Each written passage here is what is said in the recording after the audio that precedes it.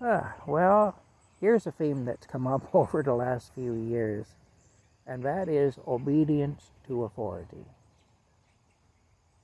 And I'm just going to share my philosophy on this because I've had a lot of conflict with authority, as you can tell from some of the videos I've posted, some of the stories I've told. Um, I've had a lot of conflict with authority. Now, what I'll tell you is this. In my country, Canada, a lot of the people are scared of the government. They're scared of the police. They're scared of the government. I think this is normal in most places. However, Canada, especially, is supposed to be a democratic society, and our government is supposed to be here to serve the people. So I guess my question is, when people tell me, well, you should be scared, you need to be obedient, you need to do as you're told. They'll send the police after you, you'll have to go to jail if you don't comply, and all that. When people say things like that, you know, I mean, when people say things like that, what they're forgetting is these people are here to serve us. We're not here to serve them. They're our employees. It's not our job to just be unquestioningly obedient. In fact, it's quite the opposite. It's our job to question when things don't make sense to us. It's our job to say, wait a minute, what is this? Not to just blindly obey. And, the police aren't here to have their egos stroked by us and to be obeyed by us. We're not 7 years old, and the police are not our dad. And we need to get out of that mentality, thinking of ourselves as little kids and the police and other government authorities as our parents. When I was 7 years old, I obeyed my dad, and I did so out of respect, and I also did so out of fear, because when I was 7 years old, your dad could put his fist into your face, and he would too. And I often received that sort of treatment. And so I had a healthy fear of my dad, and I also had a respect for my dad, though, too, because my dad went out every day, and he worked hard. And I knew that, and he kept a roof over my head and clothes on my back and shoes on my feet and food in my belly. And he was responsible for me. And so he had a right sometimes to say, look, you will do as I say. And that's it. Or there'll be bad consequences.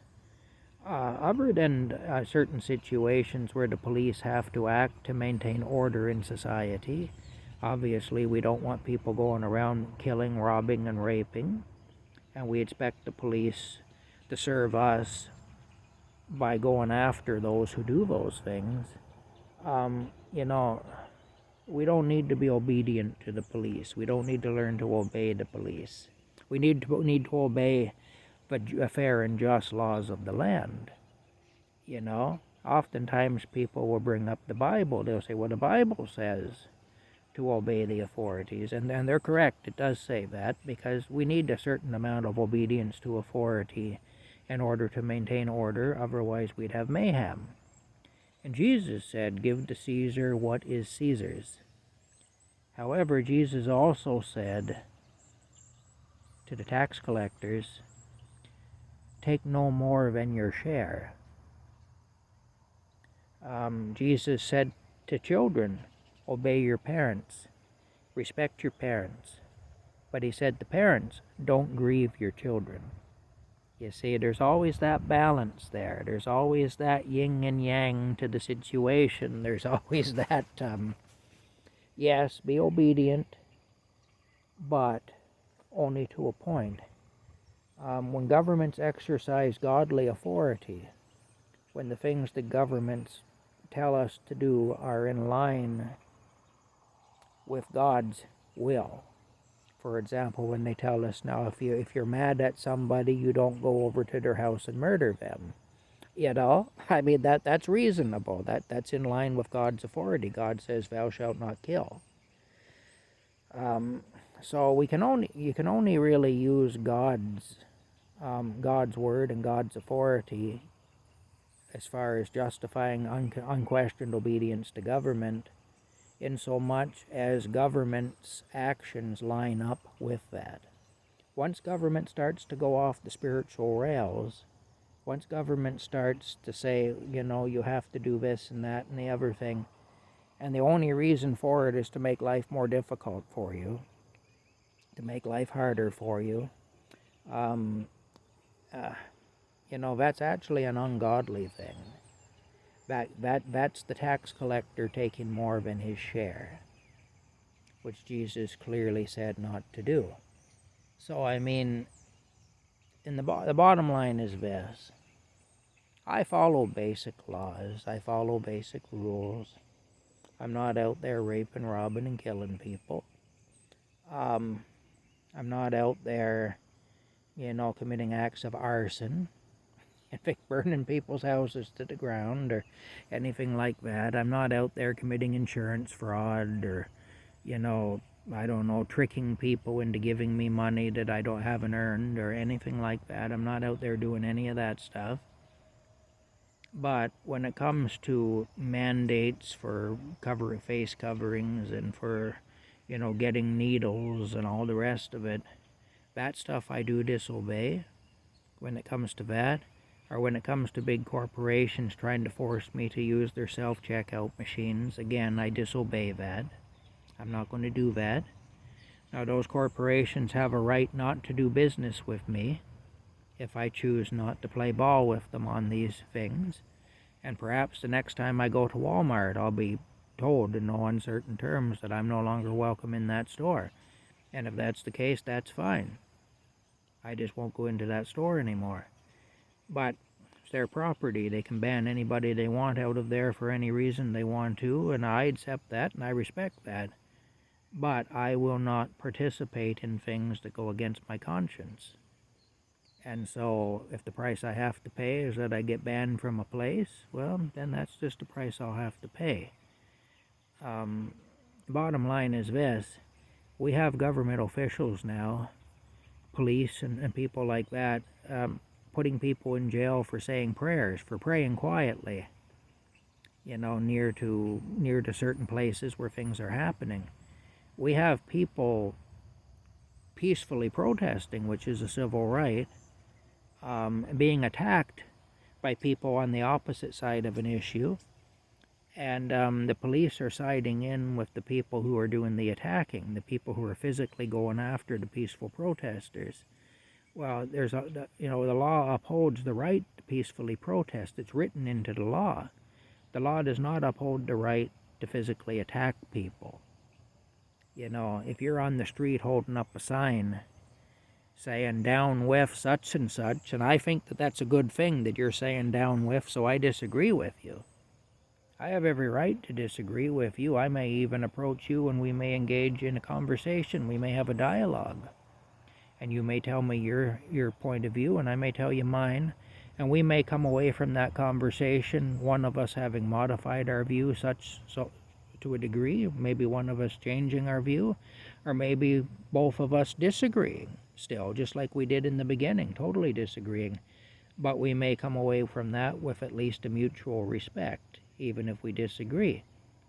And we have a right to engage in those sorts of conversations, me and whoever it is. And if they don't want to engage with me, that's fine too.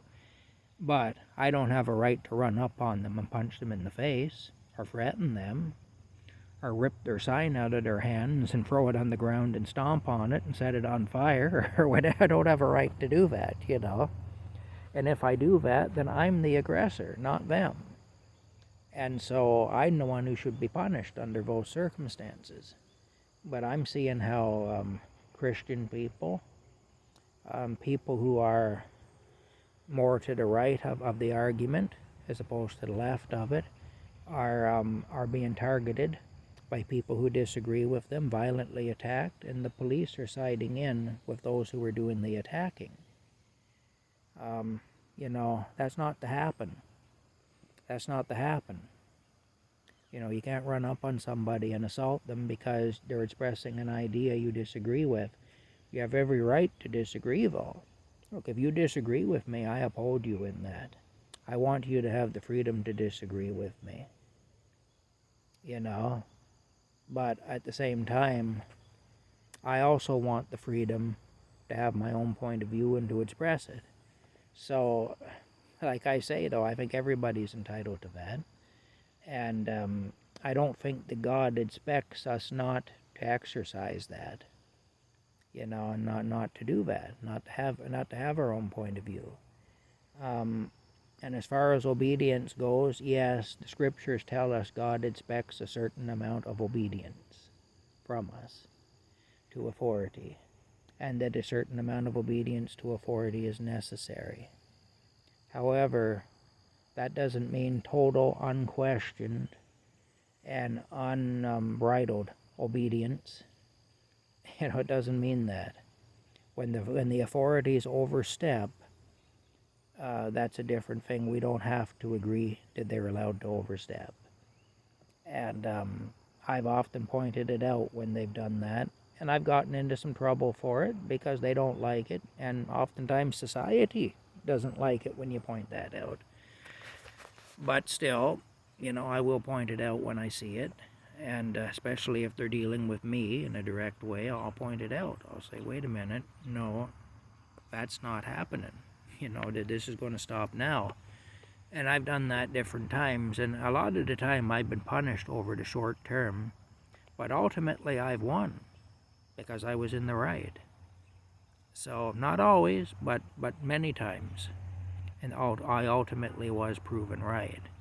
In some cases I was proven right and I was still punished because that person was in a higher position than I am, and of course we're living in kind of an unjust system. But I've had judges sentence me to punishment while acknowledging that I was in the right. So, I mean, try figuring that one out. But it has happened. So the bottom line is, I'm going to continue to do what I do.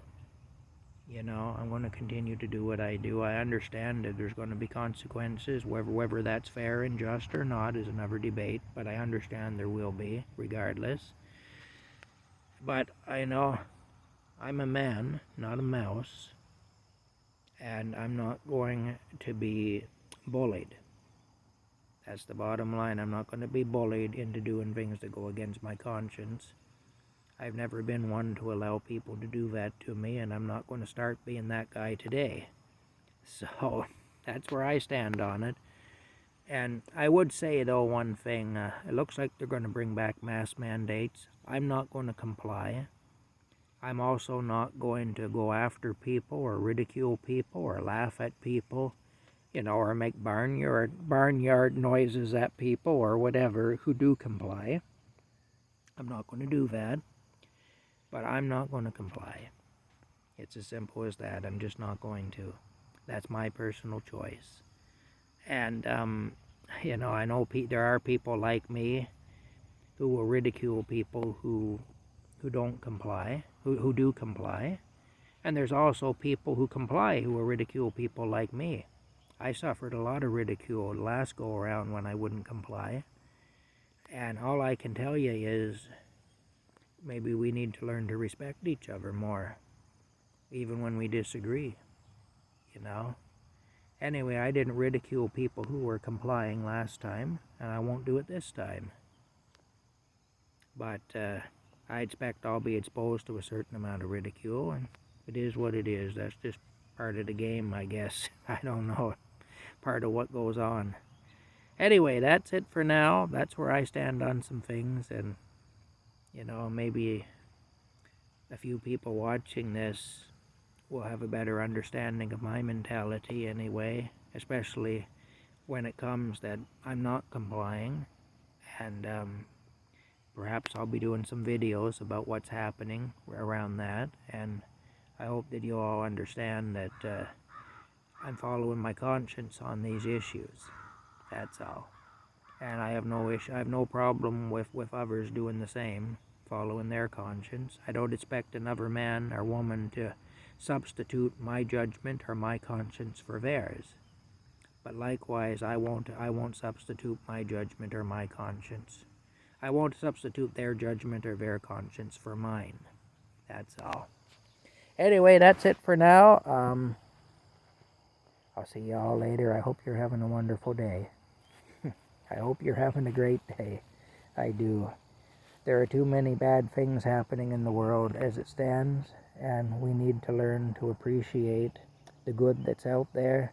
So if you're having a good day and you're appreciating it, then I truly am happy for you. You know, that's what I want. I want us all to be able to do that. So anyway, that's it for now. I'll see you later.